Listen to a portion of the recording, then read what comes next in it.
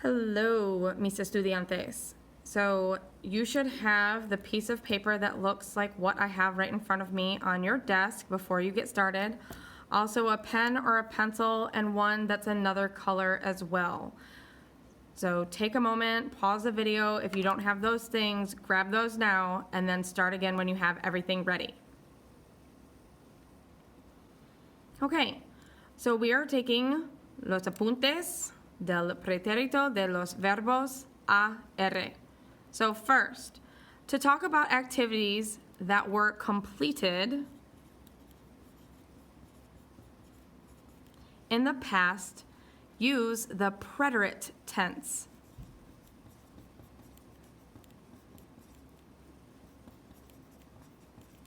Or el pretérito. To conjugate verbs in the preterite tense, follow a similar pattern to conjugate verbs in the present tense. So first, what's the first thing we always do when we're conjugating a verb?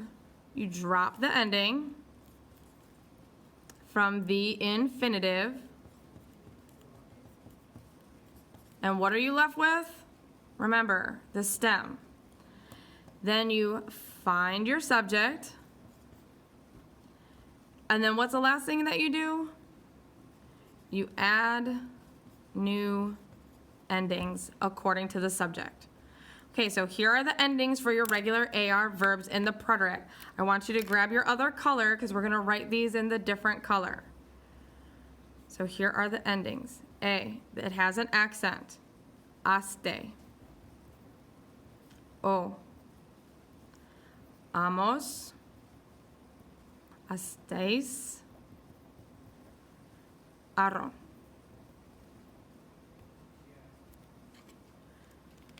So now go back to your original pen or pencil, whatever it was that you're using, and now we're going to conjugate a regular AR verb. We're going to use the verb lavar.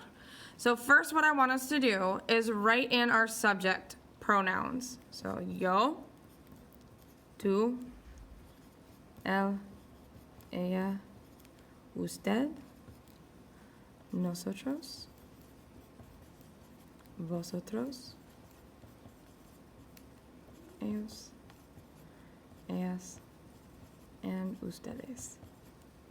Okay, so what's the first thing that we do when you're conjugating? You take off the ending and you're left with what? The stem. So what I want you to do is write in the stem in the next set of boxes. So L-A-V.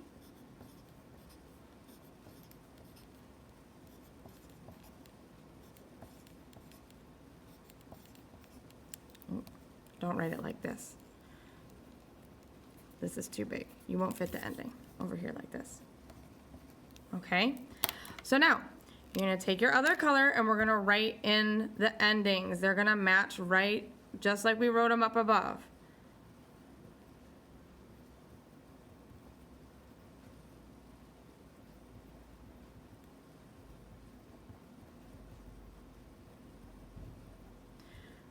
Okay, so you have all those written in. So now what we're saying when we say yo lavé, you're literally saying I washed. You washed. He or she washed. Or remember, you washed. We washed. Y'all washed. And then they, right? For ellos and ellas is just they. And ustedes is y'all. Washed. So when you look at the English, notice that it's all exactly the same. The verb washed is exactly the same in all of the different forms. But in Spanish, this is why it's complicated sometimes, is because you have 6 different endings to talk about who is doing something in the past. But don't worry, we're going to review it a lot. Now to continue, note, regular verbs that end in C-A-R, like buscar, explicar, sacar, tocar. G-A-R, like apagar, arreglar, colgar, jugar, and llegar. And Z-A-R, like empezar, require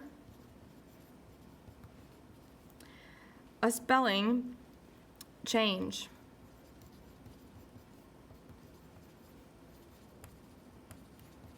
In the yo form, so only in the yo form of the preterite, in order to maintain the original sound of the infinitive.